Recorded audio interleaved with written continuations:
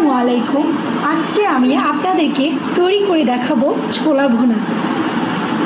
রমজানে ছোলা ছাড়া আমাদের একেবারেই চলে না, তাই না? চলুন দেখা যাক কিভাবে স্পেশাল ছোলা ভুনা তৈরি করতে হয়। ছোলা তৈরি করার জন্য আমি এখানে আমার পরিমাণ মতো ছোলা নিয়ে নিয়েছি এবং এটাকে সারা রাত ভিজিয়ে রেখেছিলাম। আপনাদের হাতে যদি সময় না থাকে সেক্ষেত্রে 7 থেকে 8 ঘন্টা ছোলাটা ভিজিয়ে রাখলে হবে। এখন আমি এখানে মিক্স করে নিব পানি।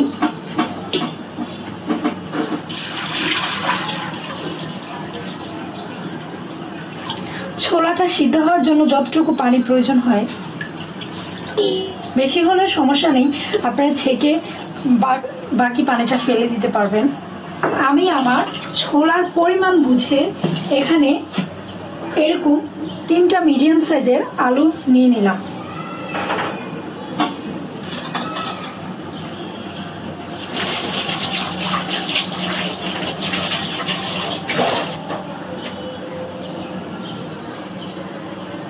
তারপর এটাকে পরিমাণ মতো লবণ দিয়ে এই ছোলা এবং আলুটাকে সিদ্ধ করে নেব। তারপর এটাকে ঢেকে এখন চুলার জালটা জ্বালিয়ে দিয়ে আমি এটাকে পুরোপুরি সিদ্ধ করে নিব না হওয়া পর্যন্ত। আমার ছোলাটা পুরোপুরি সিদ্ধ হয়ে গেছে। এখন এটাকে একটা ছাঁকনির সাহায্যে ছেঁকে নিব এবং এই আলুগুলো খোসা ছাড়িয়ে ছোট ছোট টুকরো করে নেব। এখন আমি ছোলাটা ভেজে নিব। সেজন্য এখানে হাঁড়িতে দিয়ে দিব পরিমাণ মতো সরিষার তেল। আপনারা চাইলে সয়াবিন তেল দিয়েও এই ছোলাটা ভেজে নিতে পারবেন। তারপর আমি এখানে দিয়ে দিব শুকনো মরিচ, 4-5টা শুকনো মরিচ নিয়ে নিলাম। এটাকে তেলে কিছুক্ষণ ভেজে নিব। তারপর আমি দিয়ে দিব 2-3 টুকরা দারচিনি, 3টা এলাচ,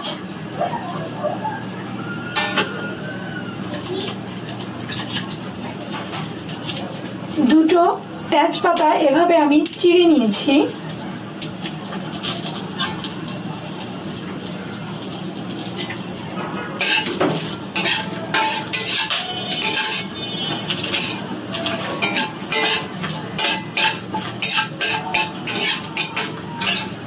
এটা কিছুক্ষণ ভাজার পরে যখন সুন্দর একটা ফ্লেভার আসবে তখন এই পর্যায়ে আমি দিয়ে দিব এখানে হাফ কাপের মতো পেঁয়াজ।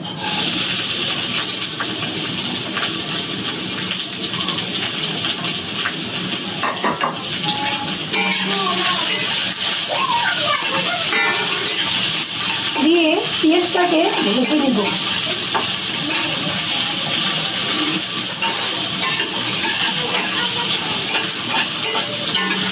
বাদামি কালার না আসা পর্যন্ত পেঁয়াজটা ভাজতে হবে।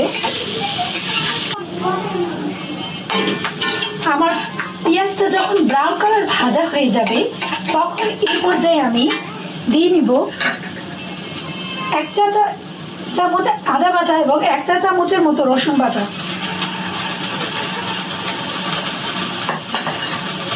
দিয়ে এই মশলাটাকে ভালো করে কষিয়ে নিব।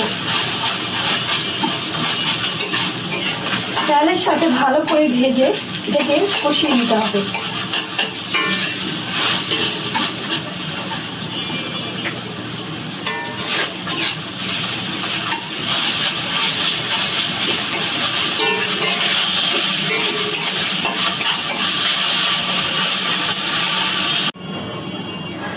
মশলাটা কিছুক্ষণ ভেজে নেওয়ার পরে তখন এখানে মিক্স করে নিব পানি।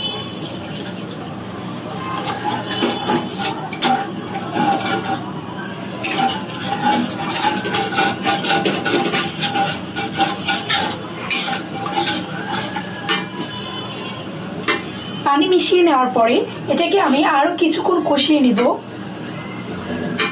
এখন মিক্স করে নিব 1 চা চামচ মরিচের গুঁড়ো। আপনারা আপনাদের টেস্ট অনুযায়ী মরিচের গুঁড়োটা অ্যাড করে নেবেন। তারপরে মিক্স করে নিব 1 চা চামচ ধনিয়ার গুঁড়া। তারপর মিক্স করব 1 চা চামচ জিরার গুঁড়া। তারপর মিক্স করব হলুদের গুঁড়া 1.5 চা চামচের মতো। এবার সবগুলো মশলা একত্রে মিক্স করে মশলাটাকে ভালো করে কষিয়ে নিতে হবে। তারপর মিক্স করব স্বাদ মতো লবণ।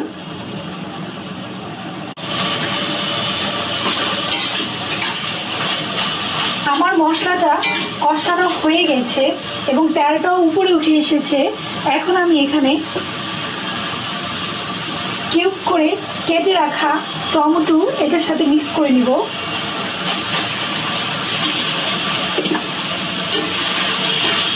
আমি এখানে মাঝারি সাইজের 3টা টমেটো কেটে নিয়েছি। আপনারা আপনাদের পরিমাণ মতোই টমেটোটা নিয়ে নেবেন, ছোলার পরিমাণ বুঝে। তারপর এখানে মিক্স করব ফালি করা কাঁচামরিচ।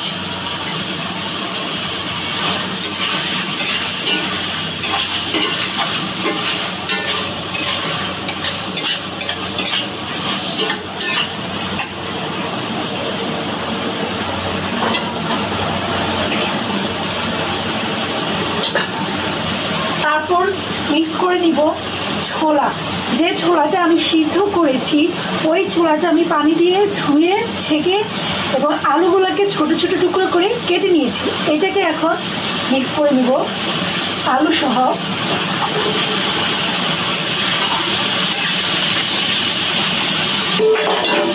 এবার সব কিছু একত্রে ভালো করে মিক্স করে নিব।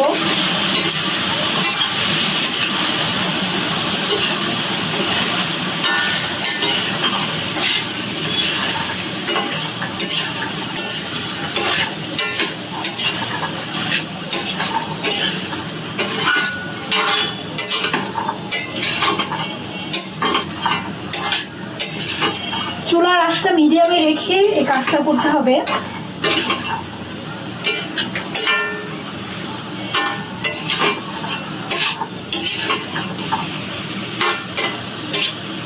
সবকিছু একত্রে ভালো করে মিক্স করে কিছুক্ষণ ভেজে নেওয়ার পরে আমি এখানে অ্যাড করবো এখন পরিমাণ মতো পানি।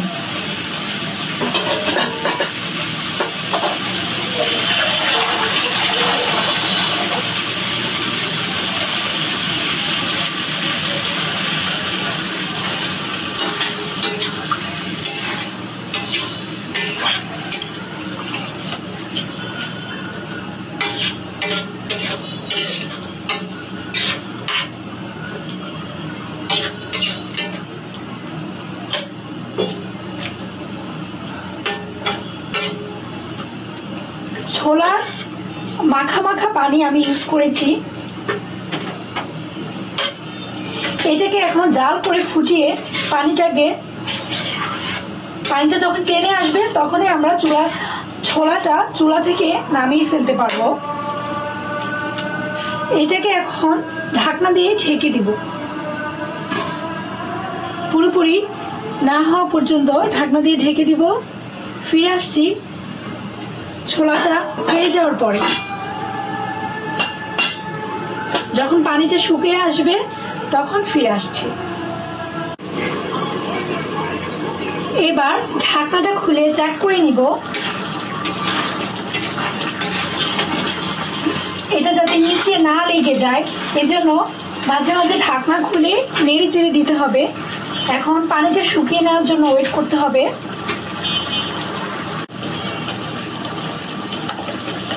আমার ঝোলটা প্রায় শুকিয়ে আসছে।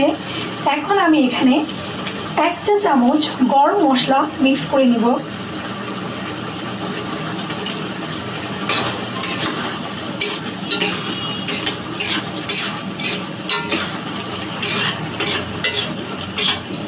মিক্স করে এটাকে ভালো করে ছোলার সাথে মিক্স করে নিতে হবে মশলাটা।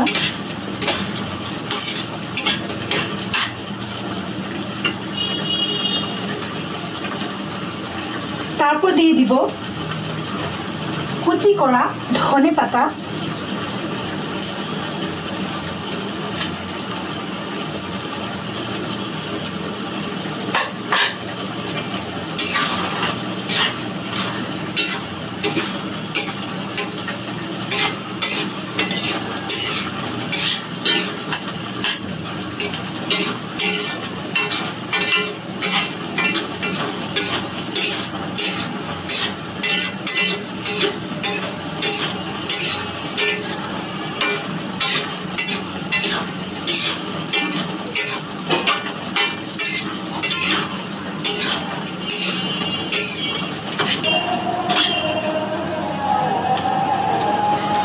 ঝোলটা যখন এরকম মাখা মাখা হয়ে আসবে তখন আমি এটাকে নামিয়ে ফেলবো। এটাকে একেবারে শুকিয়ে ফেলবো না, এরকম ঝোলটা ছোলার সাথে আলুর সাথে মাখা মাখা থাকা অবস্থায় এখন এটাকে আমি চুলা থেকে নামিয়ে নিব।